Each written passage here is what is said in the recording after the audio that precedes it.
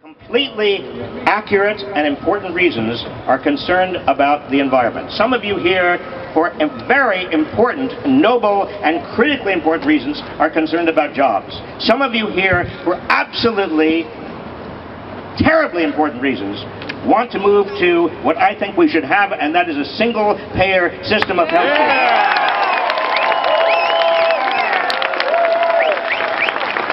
Some of you are here, and you are right about this. We need to have a military budget that is half or less of the current budget. But my point is, here's my point. And many of you have other issues. My point is that if we hang together, if we get out of our own issue silos for just a moment, and if we hang together, we have a chance of changing this country. If we get campaign finance reform, money out of politics, we have a chance of getting our democracy back. So what you need to do is understand this movement is about all of us. It is about all of our issues. It is about everything we want and everything we need to take our country back. How do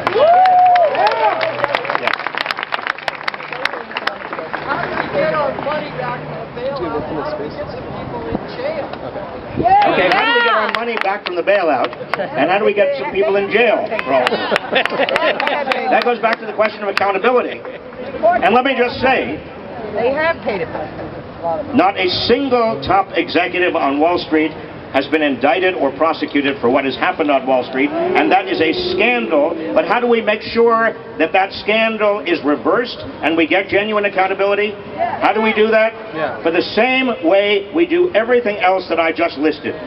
We demand it, we mobilize, we organize, we show energy, we link up with other occupiers around this country. We make this movement the strongest and most powerful people's movement in decades and decades, and we get everything that we want, that is necessary, and that is just. I have about a minute left. What about the war 5 minutes, okay. We got a chance for a couple more questions. Yes, ma'am. Get rid of the war! War criminals! Wait a minute, I can't hear it.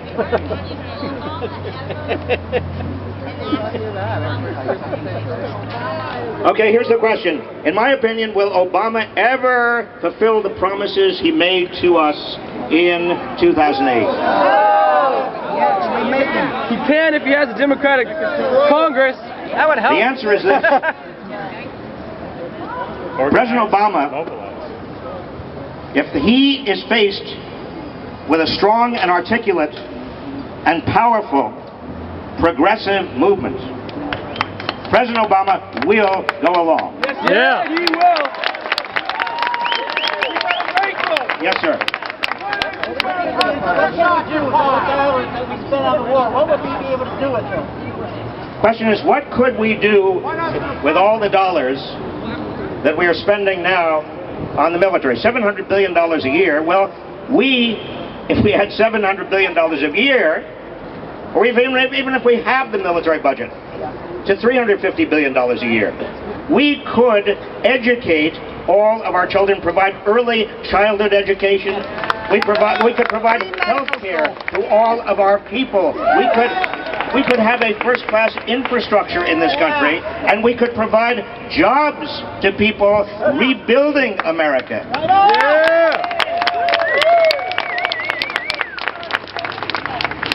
Yes. I'm sorry.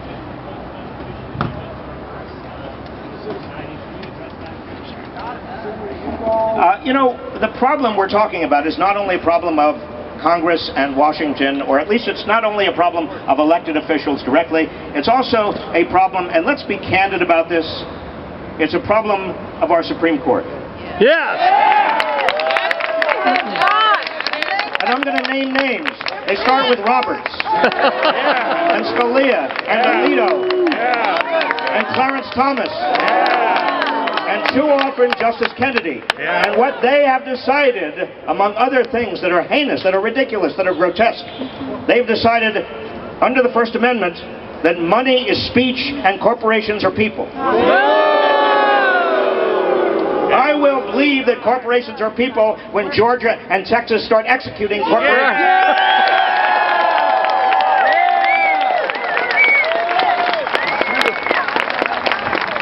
Now look at, in order to get a majority of the Supreme Court back for America, reflecting the values of America, and most Americans don't believe corporations are people. Right. In fact, the Supreme Court, viewing the First Amendment in the way it's viewing the First Amendment, is basically saying to the rest of us, you don't have freedom of speech. Because we cannot get our message through with all of the money coming from big corporations and from rich people. Now, listen, there is one justice standing between us and having a majority on the Supreme Court. And we've got to make sure that whoever is the next Supreme Court justice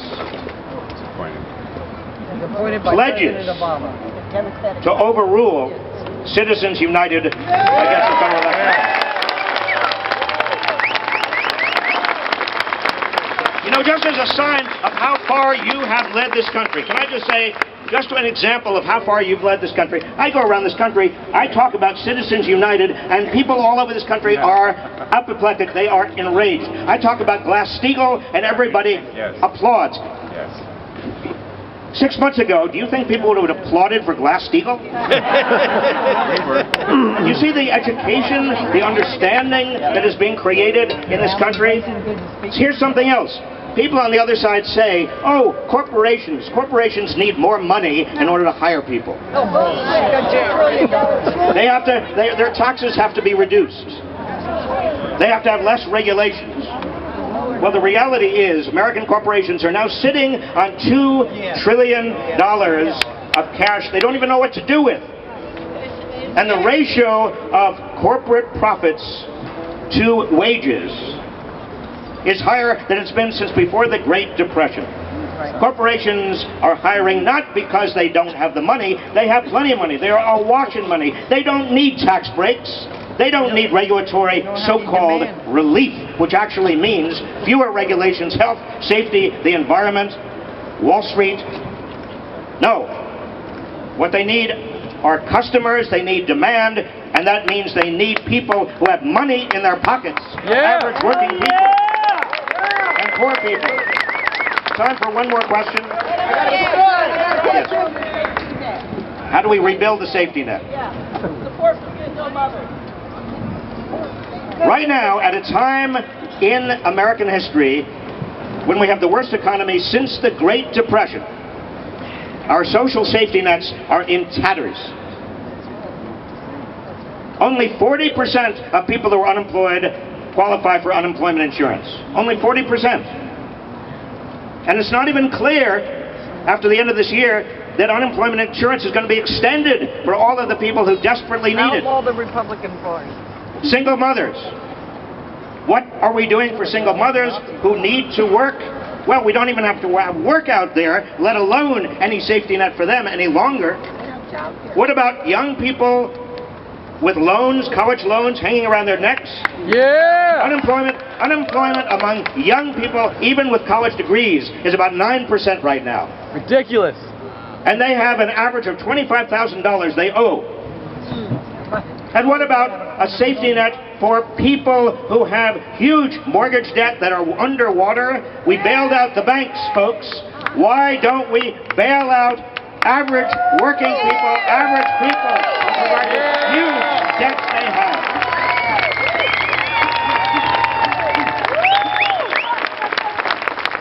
In closing, let me just say this. Rob the bank. Everything is going to...